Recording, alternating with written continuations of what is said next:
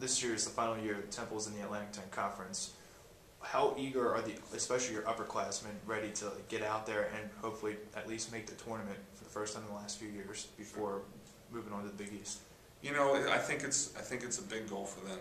I think we talk about it all the time that, you know, Temple hasn't been successful here in the last few years, and we're maybe not getting the respect that we deserve.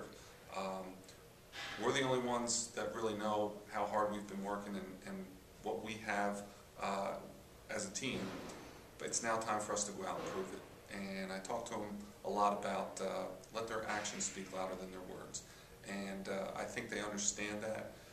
I think they're excited to get out there and play and to show the rest of the Atlantic 10 that Temple is on the way back. It's unfortunate we're leaving the Atlantic 10, but we've got bigger and better things ahead of us in 2014 with our move to the Big East. But I know that these upperclassmen who maybe haven't had the success that they wanted want to go out on a great note here in their final season in the Atlantic 10, helping the young guys become better. We already talked about the Atlantic 10, this being your guys' final year. I mean, you guys are going to have some big series, St. Joe's, LaSalle, of course, Big Five. You'll have Rhode Island later in the year, Richmond. But let's just talk about the non-conference schedule. Early portion of the year, you guys go to North Carolina next week, and you're going to play a whole bunch of teams week after Virginia Tech. Just talk about the competition you guys are going to face before going into Atlantic 10 conference play. You know, I think the schedule sets up nicely for us. You know, what I like about the first weekend is that we're going down to Cary, North Carolina to play in a tournament, and you know, all the schools that are going to be in the tournament are schools that are in a similar situation to us. They're all coming from the north, probably not going to have gotten outside very often, maybe haven't even gotten on the field, and you know, we should be able to compete against them. Some of the programs, like Wright State, for example, is a very strong program, a 30 to 35 game win season for them the last several years. I know they've had some draft picks, so you know, they're going to be very good competition right out of the chute. So that first weekend will be good just to get on the field, but not be overmatched by maybe a team that's down south that's been outside, had a chance to enter squad, and maybe 2 or 3 weeks ahead of us. You know, week 2 then we're headed to Virginia Tech to play Virginia Tech and Holy Cross. And once again, we're going to get a chance to play against an ACC club that has done very well in that conference the last few years. And I know our guys are looking forward to that and they're excited about it. At the same time, we're going to, you know, be playing Holy Cross that, once again, is in a similar situation to us. They're coming from the north and maybe just aren't at the top of their game quite yet, but we should be able to compete against them and hopefully do well. We go to Old Dominion and UNC Asheville the following 2 weekends. Old Dominion's a program that we played last year, and their head coach is in his 2nd year there, trying to turn some things around.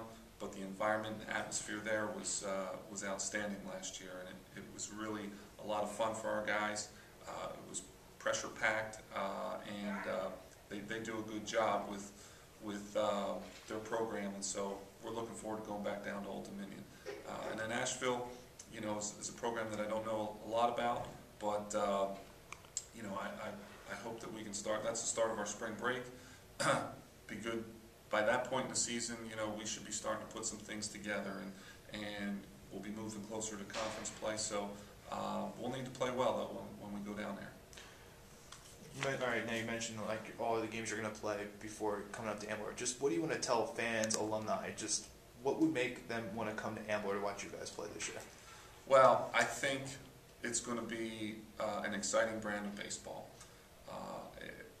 First of all, this is a program that has a lot of tradition, and there's a lot of support in the area. A lot of our alumni that went to Temple stay in the area, and you know, they're very proud of this program.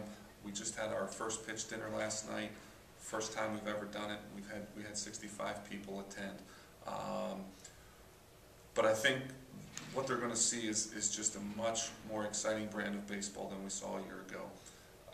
Last year, as I said, we were learning on the fly as we went, and we were setting that foundation.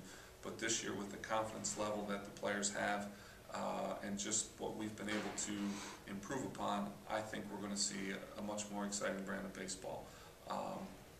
We've tried to get the Ambler community involved. We've reached out to local businesses and tried to put some stuff in the newspapers and in the store windows there with our schedule.